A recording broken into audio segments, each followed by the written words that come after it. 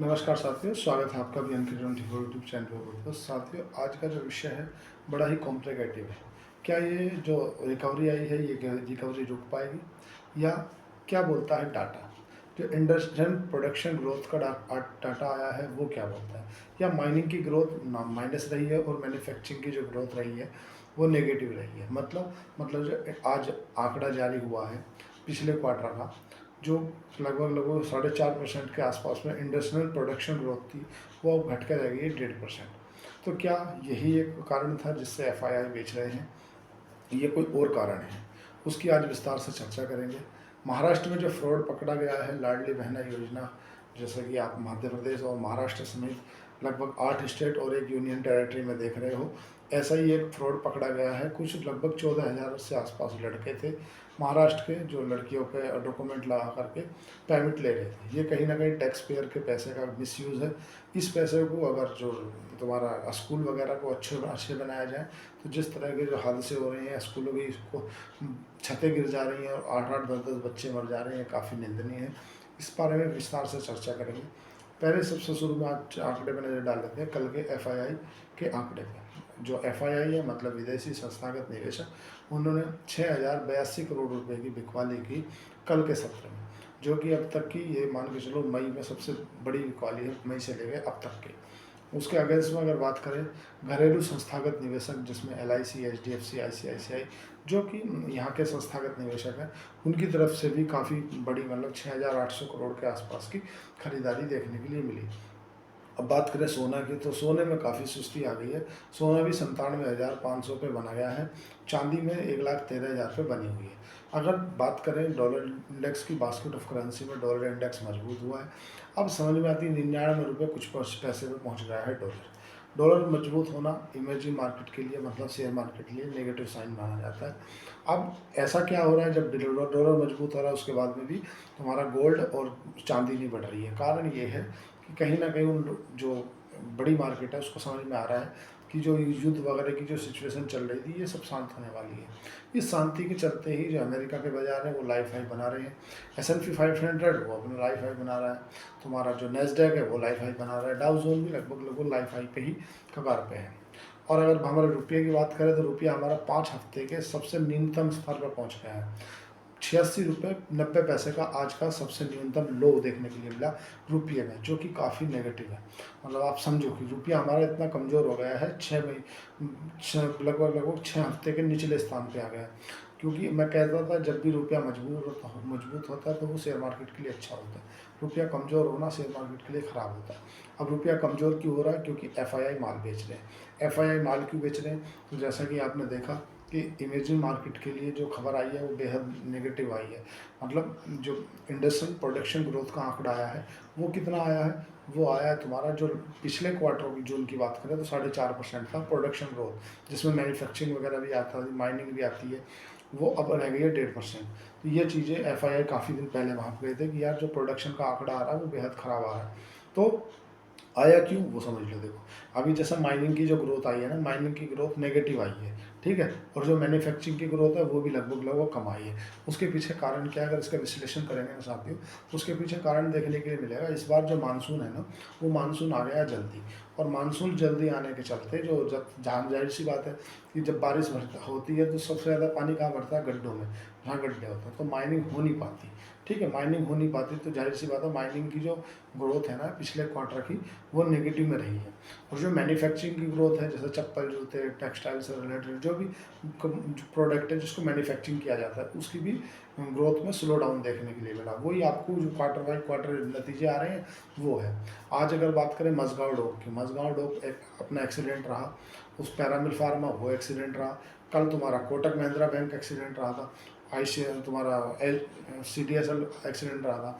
मतलब प्रतिदिन ऐसा कुछ ना कुछ हो जा रहा है, जो कि प्रतिदिन मतलब आपके बाजार को नीचे लेकर आने में सबसे मेन रोल प्ले कर रहा है।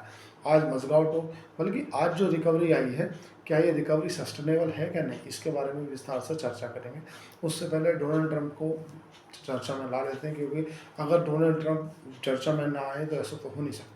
डोनाल्ड ट्रंप मुंह खोलेंगे तो कुछ तो बुरा बोलेंगे। डोनाल्ड ट्रंप ने, जो कि रूस और यूक्रेन के युद्ध को लेकर के 50 दिन का अल्टीमेटम दे रखा था, कि हम 50 दिन को लेकर के, अगर 50 दिन तक आप युद्ध शांत नहीं करते हैं तो हम रसिया के ऊपर सेकेंडरी सैंक्शन लगा देंगे 100% का। सेकेंडरी सैंक्शन का मतलब ये है कि जो रसिया से व्यापार करते हैं उनके ऊपर दोहरा सैंक्शन लगा दिया जाएगा, मतलब वो टैक्स जो है उन देशों को देना पड़ेगा, मतलब ज़्यादा इफेक्ट पड़ने वाला है भारत और चाइना के ऊपर। तो इसकी मियाद को घटा के 12 दिन कर दिया गया कि अब 12 दिन का अंदर अंदर आप युद्ध को सुलझाओ, नहीं तो हम आपके ऊपर सेकेंडरी सैंक्शन लगा देंगे।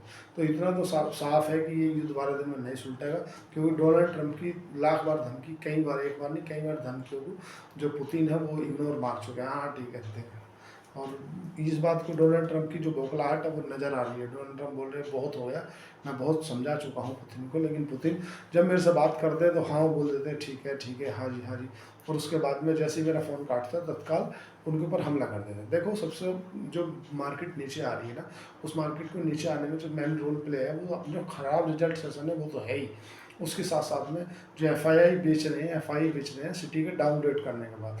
जब से सिटी ने बाज़ार को डाउनग्रेड किया भारत के, उनने बोला कि जो तुम्हारा साउथ अफ्रीका का बाज़ार है और जो चाइना का बाज़ार है वो ज़्यादा अच्छा है भारत के मुकाबले, क्योंकि भारत में जो जितनी जीडीपी पहले से आ रही थी उतनी नहीं आएगी, इसलिए एफआई बेचने हैं तो हमारा रुपया कमज़ोर हो रहा है। रुपया कमज़ोर हो रहा है तो डॉलर के जो बास्केट ऑफ करेंसी में डॉलर है वो देख रहे हैं। देखो, जो तुम्हारा विक्स है ना, वोलेटिलिटी इंडेक्स, वो एक समय में आपने देखा होगा 10 से 11 के बीच में रोड रहा था, वो कल की डेट में 7% का उछाल देखने के लिए मिला, और आज जो है वो आज 5% नीचे आ गया। तो अब आपको तैयार रहना पड़ेगा हाई वोलेटिलिटी के बाद। एक समय होता है जब बाजार कंसोलिडेशन जोन में होते हैं, मतलब कोई एक दायरा होता है, सीमित दायरा, उसके बीच में कारोबार करते हैं, लेकिन अब आपको वो जल्द देखने के लिए मिलेगा कि 200-300 पॉइंट की रैली और 200-300 पॉइंट नीचे, ये जब हाई वोल्टिलिटी हो जाती है तब होता है, जब विक्स आपका 18-12 पहुँच जाए ना, मतलब 15 के ऊपर जब आपका विक्स होता है तो ये संकेत होते हैं कि आपको कब कितने संकेत पर क्या हो जाएगा कोई तय नहीं है। पहली बात तो ये है।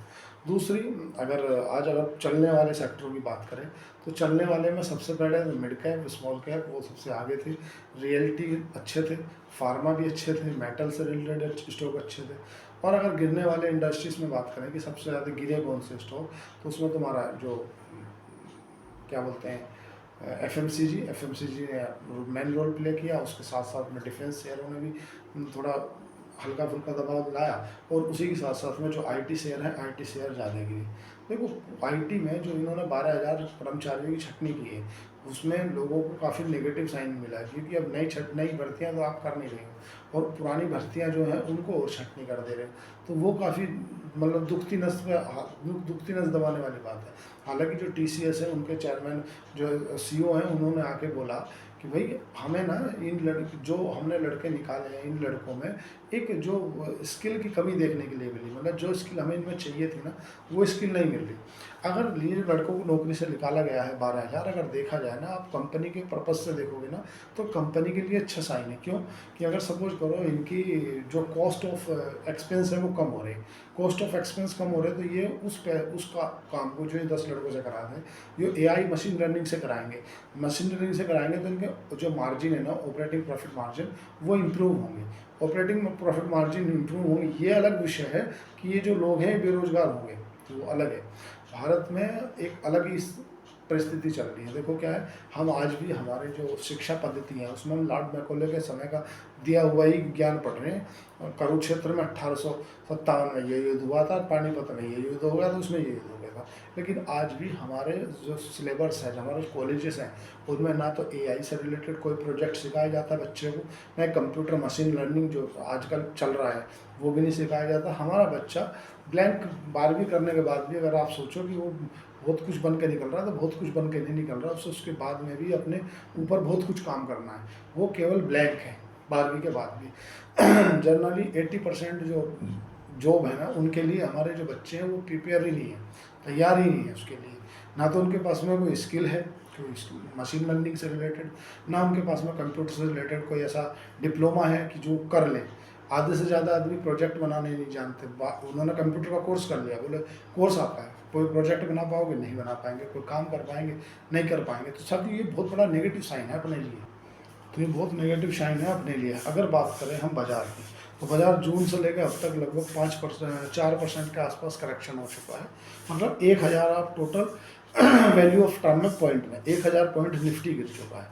ठीक है, ये चीज़ आप मान के चलो, निफ्टी कितना गिर गया 1000 पॉइंट। और एफआईआई क्यों बेच रहे? देखो, एक तो उन्हें मजबूत करेंसी का फ़ायदा मिल रहा है ना, एक उन्होंने 21,000 के रेट पे जो खरीदा था स्टॉक, वो आज 25,000 के रेट पे भी बेच दे रहे हैं, तो ये बेनिफिट उन्हें मिल जा रहा है। तो अकेला एक ही चीज़ नहीं है। दूसरा, कल जो गिरावट में मेन रोल आया ना, एक एलएलपी होती है, लिमिटेड लाइबिलिटी पार्टनरशिप फर्म, उसमें ऐसा सुनने में आ रहा था कि इस जो 12% का टैक्स स्लैब है ना, उसे हटा करके 18% पे शिफ्ट कर दिया जाएगा, जिनके पास में LLP limited liability partnership firm है। अब इससे दिक्कत क्या है? दिक्कत ये है कि जनरली जो बड़े ट्रेडर हैं ना, वो लिमिटेड लाइबिलिटी पार्टनरशिप फर्म बना लेते हैं, या दो चार जो मिलकर एक से, क्योंकि उससे आसानी रहती है काफ़ी फंड वगैरह रेज करने में भी। तो हालांकि वो आ गए बाद में, शाम को हेडलाइंस आया कि नहीं ऐसा कुछ नहीं है, हम इसके ऊपर कोई नहीं ले रहे। लेकिन ये जो शॉर्ट कवरिंग आई है ना साथियों, तुम्हारा निफ्टी में शॉर्ट कवरिंग देखने के लिए मिली है 154 पॉइंट की। अगर बैंक निफ्टी की बात करें तो 166 पॉइंट की। अगर बात करें तुम्हारा सेंसेक्स की, तो सेंसेक्स में 481 की। और विक्स भी तुम्हारा 4% गिर गया है।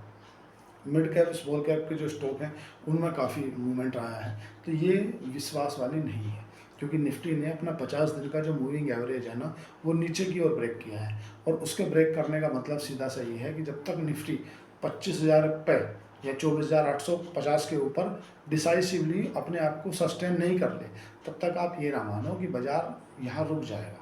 बाज़ार रुकने वाला नहीं है। बाज़ार के अंदर ये एक बाउंस बैक है इस शॉर्ट कवरिंग का, इससे ज़्यादा कुछ नहीं है। शॉर्ट कवरिंग आने के पीछे की वजह क्या थी कि जो अभी जो गुरुवार को जो आ रही है, जो वीकली एक्सपायरी नहीं है, मंथली एक्सपायरी है, मतलब मंथ की एक्सपायरी है। और जो तुम्हारा एफआईआई है ना, काफ़ी शॉर्ट है, तो शॉर्ट कवरिंग तो एक बनती है, इसमें कोई दो मत नहीं है। ये शॉर्ट कवरिंग ही आ भी रही है। और जो अभी आप देख रहे हो 8-8, 7-8, 6-6, 7-7 आईपीओ खुले हुए हैं। जो शेयर मार्केट में काम करने वाला व्यक्ति है, वो क्या करता है, जो आईपीओ है, इनिशियल पब्लिक ऑफर, जितने भी आते हैं, वो क्या करता है, शेयर मार्केट से पैसा निकालता है और फिर वो मार्केट में ही लगाता है, मतलब आईपीओ के माध्यम से।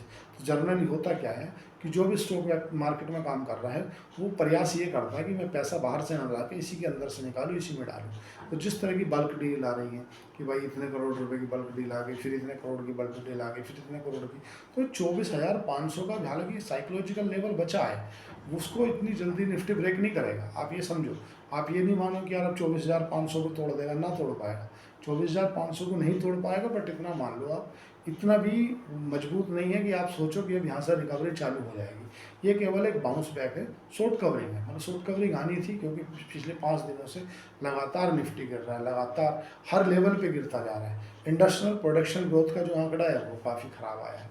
अभी महाराष्ट्र में एक केस सामने आया है, वो लगभग 14,000 के आसपास से छात्र थे, जो कि मतलब लड़के हैं, और वो लड़कियों के नाम पर लाडली बहना योजना का 1,500 रुपये महीने का लाभ उठा रहे थे। तो इसको क्या लाडली भैया योजना बोलोगे, क्या बोलोगे? जनरली क्या है, इसको सरकार बंद नहीं कर पाएगी। बंद इसलिए नहीं कर पाएगी, सरकार की है मजबूरी। मजबूरी क्या है कि ये फ्री की रेवड़ी उन्होंने चालू तो कर दी। अब इनकेस अगर उन्हें अपनी सत्ता बचाए रखनी है ना, तो हमेशा उसे कंटिन्यू करना पड़ेगा। अगर आते हैं और इस बार पंचवर्षीय योजना में आके बोलते हैं कि नहीं यार अब बहुत हुआ, अब हम बंद करेंगे, तो पहली फुर्सत में तुम्हें उखाड़ फेंकेंगे। देखो बीजेपी के साथ में क्या हुआ, इससे पिछले चुनाव में जब बीजेपी वहाँ पे आई, दिल्ली में चुनाव लड़ रही थी, तो चुनाव के समय पे इन्होंने फ्री की रेवड़ी का विरोध किया था। बीजेपी ने बोले नहीं ये गलत है, मिलना नहीं चाहिए। तो बीजेपी को वो एक भी सीट नहीं आई, मतलब जब सब 33 सीट आई थी। लेकिन अब उसका परिणाम बीजेपी ने क्या किया कि ठीक है आप दे रहे हम भी देंगे, उसे कंटिन्यू रखेंगे। परिणाम स्वरूप बीजेपी की सरकार आएगी। तो अब ये फ्री की रेवड़ी बंद करनी इतनी आसान नहीं है कि अब बहुत हो गया, क्योंकि जब किसी व्यक्ति को आप 1,000-2,000 रुपये महीना के देते हो ना फ्री फोकट के अकाउंट में, तो उसके बाद में फिर आपको उसे कंटिन्यू देना मजबूरी बन जाती है। आप सोचो कि उसे बंद कर दोगे तो बंद नहीं कर पाएंगे, बंद करोगे तो सरकार गई मतलब तुम सरकार में नहीं रह पाओगे। ऐसी जो है ना 8 स्टेट, जैसे जिसमें तुम्हारा मध्य प्रदेश है, झारखंड है, और दिल्ली है, और तुम्हारा छत्तीसगढ़ है, महाराष्ट्र है, ऐसे राज्यों में ये लाडली योजना जैसे स्कीम चल रही है। ये काफ़ी मतलब ऐसे बहुत ही फ्रॉड बाहर आ रहे हैं। अभी तो एक है जो कि 14,000 लड़के ले रहे थे, अब सरकार ने बोला कि हमने इन्हें पकड़ लिए हैं, आगे कार्रवाई करेंगे। लेकिन हो क्या रहा है, ऐसा भी सुनने में आ रहा है कि भाई जो पहलगांव अटैक किया था, वो जो 4 आतंकी थे, उन्होंने 3 आतंकियों को मार गिराया है इंडियन आर्मी ने ऑपरेशन महादेव के चलते। अब ये सूत्रों के हवाले से खबर है, इस बात की मैं पुष्टि नहीं करता कि वो है क्या नहीं है, बट ऐसे सूत्रों के हवाले से खबर देखने के लिए मिली है कि 3 आतंकियों को मार गिराया है। अभी एक बचा हुआ है, बच के कहाँ जाएगा, ऑपरेशन महादेव चालू है क्या वो नेक्स्ट विषय है, आगे चलते हैं। देखो साथियों, क्या है स्टॉक मार्केट, क्या है दुधारी तलवार है। आपको स्टॉक मार्केट में काम करते हुए एक बात ध्यान रखना चाहिए कि स्टॉक मार्केट और क्रिकेट दोनों सिमिलर बेसिस हैं। अगर आप क्रिकेट में अगर खेल रहे हो तो आपको विकेट का बचाना आपका बहुत इंपॉर्टेंट फैक्टर हो जाता है, और आप स्टॉक मार्केट में हो तो कैपिटल बचाना बहुत इंपॉर्टेंट है। आप अपने कैपिटल बचाव रखोगे तो छक्के चौके तो मार दोगे, कोई बात नहीं, आगे मौका मिल जाएगा। अगर आपको शेर खान के साथ डीमेट अकाउंट खुलाना है तो नीचे दे रिसर्च में जाकर अकाउंट ओपन कर सकते हैं। मेरे आज के लिए इतना ही। चैनल को लाइक करें, सब्सक्राइब करें, कमेंट करें। धन्यवाद, थैंक यू।